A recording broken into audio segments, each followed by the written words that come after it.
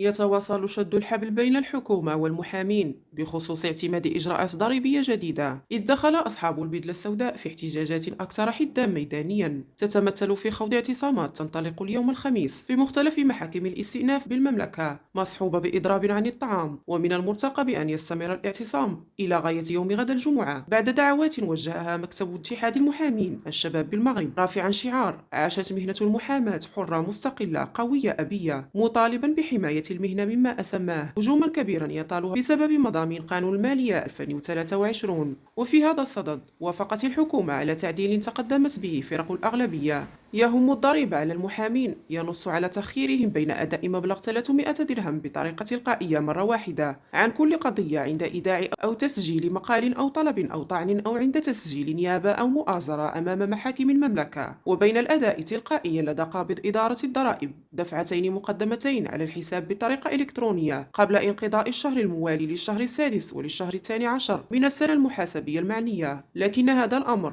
ما يزال يفتقد إلى موافقة المعنيين بالقطاع الذين يعتبرونه غير مجد.